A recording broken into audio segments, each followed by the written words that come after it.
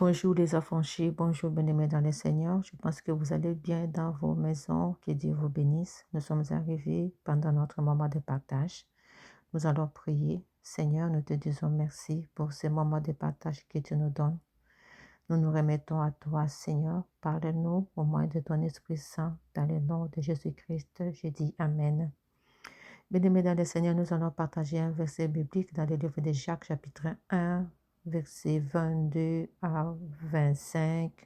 Et puis nous allons lire aussi Proverbe chapitre 4, verset 22. La Bible ici nous parle de la parole de Dieu. Il nous dit de pratiquer la parole de Dieu. Non seulement d'écouter, mais de pratiquer. Parce que la personne qui écoute la parole de Dieu, cette personne ressemble à une personne qui est derrière le miroir. Une personne qui est devant le miroir, j'allais dire. Et puis, cette personne se mire, il regarde son visage, il se contemple comment il est. Mais par après, quand il quitte le miroir, il ne sait pas se rappeler comment il était. Il ne sait même pas se rappeler comment est-ce qu'il a mis ses make-up, où est-ce que le make-up a commencé à fondre, donc où est-ce que le make-up n'a pas reçu son visage, il ne se rappelle de rien du tout. Juste, c'est parti, c'est oublié. Mais la personne qui écoute la parole de Dieu, qui pratique la parole de Dieu, la Bible parle que cet homme est erré dans son activité. Là, c'est le verset 25. La Bible dit, mais celui qui a plongé les regards dans la loi parfaite. Dieu nous appelle à plonger nos regards vers la loi parfaite qui est la parole de Dieu.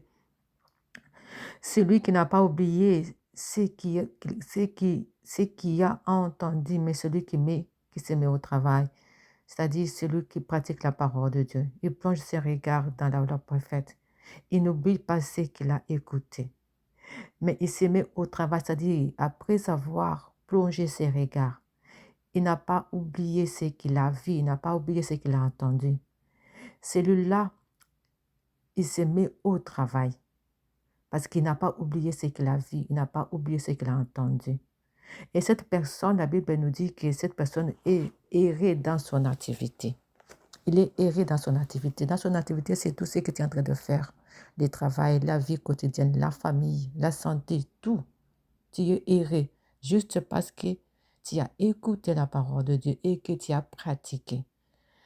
Tu as pratiqué dans la pratique, c'est que tes regards sont restés plongés dans la parole de Dieu, fixés dans la parole de Dieu. Et puis par après, tu as commencé à digérer ce que tu as vu. Tu t'es mis au travail, à commencer à digérer ce que tu as vu, à commencer à produire de toi, à commencer à sortir tout ce que tu as vu. Tu es capable de les reproduire, tu es capable de les reproduire, j'allais dire. Et cette personne est errée. Qu'est-ce que le Proverbe chapitre 4, verset 22 nous dit? La Bible dit ceci. Mon fils, sois attentif à mes paroles, tends oreille vers mes discours, qu'il ne s'éloigne pas de tes yeux, garde au fond de ton cœur, car il apporte la vie à ceux qui les trouvent, la guérison à tous les corps. Là, c'est la parole. La Bible dit que la parole de Dieu apporte la vie à ceux qui les trouvent et la guérison à tous les corps. Dans une autre Bible, à la place de la guérison, on parle de la santé. Or, la santé, s'il faut parler de la guérison en hébreu, ça veut dire médicament.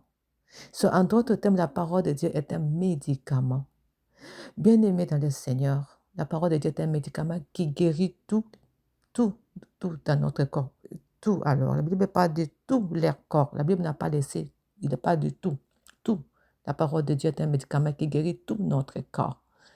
Aujourd'hui, quelqu'un peut aller à l'hôpital, je peux aller à l'hôpital pour un problème de santé, peut-être pour un problème de maux de tête, ou bien un problème d'estomac, ou bien pour un problème de douleur, ou bien le pied qui me fait mal, ou bien n'importe quel problème, ou bien n'importe quel problème, j'allais dire, on va me donner des médicaments par rapport à ces problèmes-là. Mais des fois aussi, il y a certains médicaments, quand tu les prends, le docteur va te dire, non, prends ça, prends seulement un comprimé, n'exagère pas, parce que si tu vas prendre 2 ou 3 comprimés, tu vas te compliquer la vie. C'est-à-dire, quelque part, il y a un danger. avec les médicaments que nous sommes en train de prendre. Parce que le docteur te dit, voilà, il faut prendre un comprimé, tu le prends avec modération, un comprimé, pas plus. Une personne qui a le problème de douleur, des fois, ils aiment se doper, ils prennent beaucoup de médicaments pour juste atténuer des douleurs. Mais là aussi, c'est dangereux pour leur santé. Mais si une personne plonge ses regards dans la parole de Dieu, si cette personne plonge ses regards dans la parole de Dieu, comme l'a dit la Bible, cette personne reçoit la guérison. Parce que les médicaments que nous prenons, ça peut guérir une douleur. Ça ne peut pas guérir tout notre corps. Ça peut juste guérir une douleur que nous avons, un problème que nous avons dans notre corps. Mais si nous nous mettons à pratiquer la parole de Dieu, si nous nous mettons à lire la parole de Dieu chaque jour, cette parole-là est un médicament. Cette parole-là nous guérit sans que nous puissions nous rendre compte. Cette parole-là guérit. Guérit tout. Guérit tout. Aucun médicament sur la terre ne peut guérir toute maladie. Mais la parole de Dieu guérit tout. La parole de Dieu guérit tout. Toutes sortes de maladies, la parole de Dieu guérit. Alors je voulais que, bien-aimés dans le Seigneur, que nous soyons conscients que la parole de Dieu est un médicament. La parole de Dieu est une guérison pour notre corps. Et il n'y a pas une meilleure chose que nous pouvons désirer, dans notre vie, si ce n'est que celui de plonger nos regards dans la parole de Dieu, la travailler, la méditer et la pratiquer dans notre vie. Nous serons errés. Dans le nom de Jésus-Christ. Amen.